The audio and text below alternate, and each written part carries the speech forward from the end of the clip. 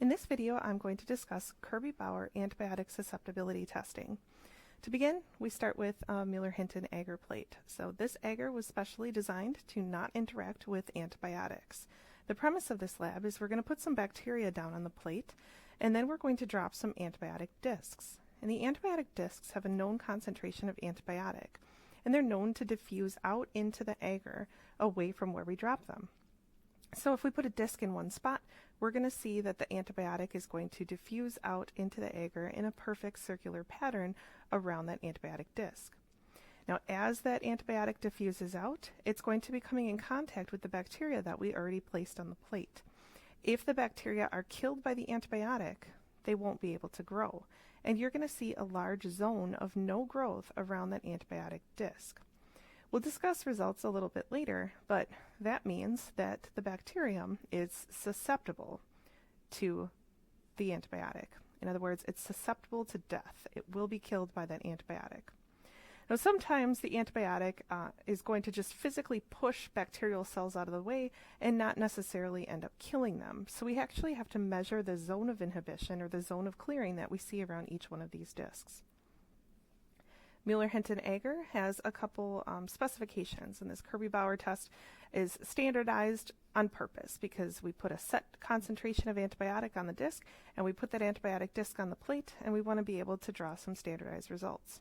First of all, the thickness of the agar. So Mueller-Hinton agar is poured to 4 millimeters thick. If it was too thick, the antibiotic would not be able to diffuse out, and that would lead to false negatives. And false negatives, meaning that it was supposed to be marked as susceptible, but it was actually marked as resistant. If it's too thin, the diffusion is going to happen at a faster rate. So that's also going to lead to a false result. In that case, it would be a false positive. The other thing we have to do with this plate is incubate it for 16 to 18 hours. 16 to 18 hours allows it to grow at a particular time, and then we can accurately record our results. Another thing that has to happen is we have to have a known concentration of bacteria, and we have to have a known concentration of antibiotic. So the antibiotic discs are already concentrated or set to a particular concentration from a manufacturing company. And if the antibiotic disc was too concentrated, it would diffuse out too far, and that would lead to a false positive result, meaning that we would assume that it's susceptible when really it's not susceptible. If the bacterium was too concentrated, that might lead to the bacteria causing resistance in safety in numbers. So you may see excess growth in that area if the bacteria are too concentrated, and that may end up leading to a false negative result. So all of these conditions have to be met, and then we're ready to go ahead with the lab. So for this lab, we're going to be using E. coli, and we're just going to put E. coli on the plate with a cotton swab. So we're going to label our plate E. coli, and we're going to put today's date.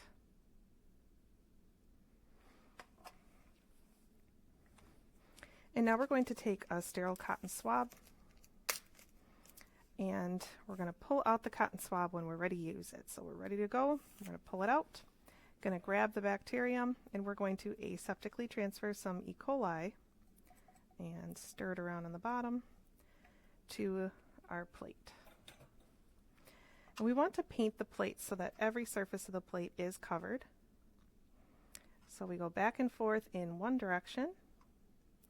Then we're going to get another swab full, and we can use the same swab because it's the same species. We're going to rotate the plate 90 degrees, and we're going to go back and forth in the other direction. You want to make sure that you keep the plate partially covered because we don't want contamination. And we're going to grab one last loopful, or swab full. And now we're going to go around the edges. We want to make sure that this plate is completely covered around the edges and once more in the center. So we want to essentially paint the entire surface of the plate, making sure that everything is covered. Those swabs will then go into the biohazard container. Now we have to apply the antibiotic discs. And we do have the forceps method where we can use forceps and grab an antibiotic disc and set it on the plate, but we also have an automatic dispenser. So I'm going to pull out the automatic dispenser. The automatic dispenser will automatically dispense antibiotic discs that are labeled on the plate. So you can lift up the cover, set this directly on the surface of the plate, push down once, and all of the antibiotic discs would have fallen down on the plate.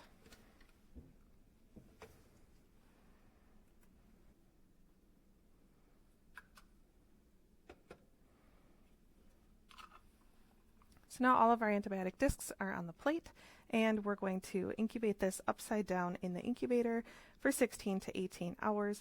If we go over that, sometimes we start to see some resistant organisms develop in the zone of inhibition, and that ends up giving us a false negative result.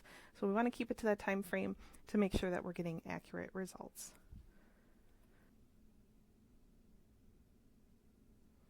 Okay, so now we're going to look at some results to the antibiotic susceptibility tests. So you can see that there's 3 different plates here. This one has been inoculated with S. epidermidis, this one's S. aureus, and P. vulgaris. And you can see the difference in the zones of inhibition or clearing around each one of the discs. So let's take a look at S. epidermidis first. And the way that you can tell which antibiotic is on the disc is by looking at the codes that are on the disc.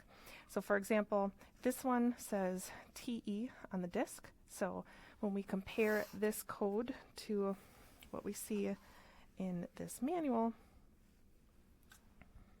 let me just rotate this around. TE down here at the bottom is for tetracycline. So this is a TE 30 disc, so we're going to be evaluating for tetracycline. When we measure zones of inhibition, we want to try to measure through the center of the disc from one edge of the zone of inhibition to the next. And you can see how these are kind of merged together. It's difficult to tell where the edge of each one is. So the best way to measure this one would be across in this direction. We're always going to want to measure in millimeters. So when we look at a ruler, we have the inches side and then we have the metric side. We want to use the metric side, and then when we see these numbers 1, 2, 3, and so forth, these are centimeters. We're actually going to be measuring in millimeters, and millimeters are the individual lines in between here. So they're not numbered, but there's 10 millimeters in 1 centimeter. We're going to go across and measure the zone of inhibition. And this one measures to be about 36 millimeters. So for tetracycline, we have 36 millimeters for our zone of inhibition. So we're going to compare this to our chart, and for tetracycline at 36 millimeters, it is greater than 19, so we're going to mark this one as susceptible. What that means is that the microorganism is susceptible to that antibiotic.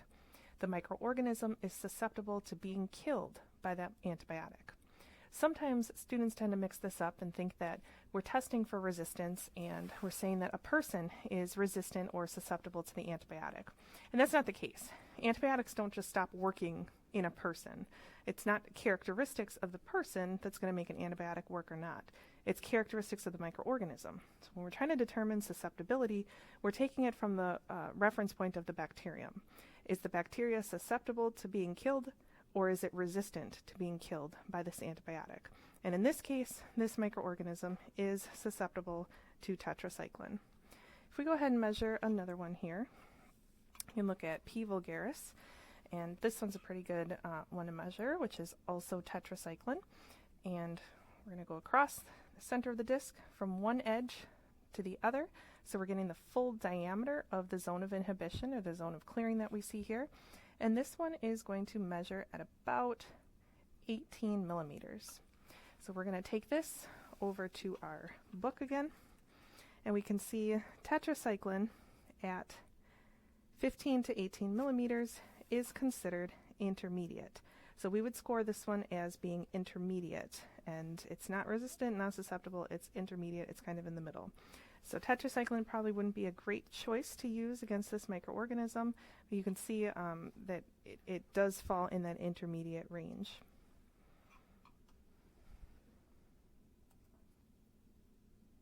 So how would we score something like this?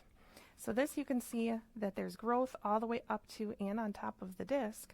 This one would be scored as 0. There's no zone of inhibition, there's no clearing around that disc, so we would record it as 0, and this one is going to be resistant. P is for penicillin, and you can look at the Enterococcus or the Staphylococcus. This is P. vulgaris, so it's going to be an Enterococcus, and or in that grouping of microorganisms, and penicillin. So because we have that 0 score, we're just going to give it a score of, or automatic resistant. Resistant means that this microorganism is not affected by penicillin. If you think about the mode of action for penicillin, penicillin targets the peptidoglycan in the cell wall. P. vulgaris is a gram-negative, and gram-negatives have a very thin layer of peptidoglycan protected by that outer membrane. So it's really difficult for antibiotics that target the cell wall to affect gram-negative microorganisms. So this makes total sense why we would see that Proteus vulgaris is resistant to penicillin.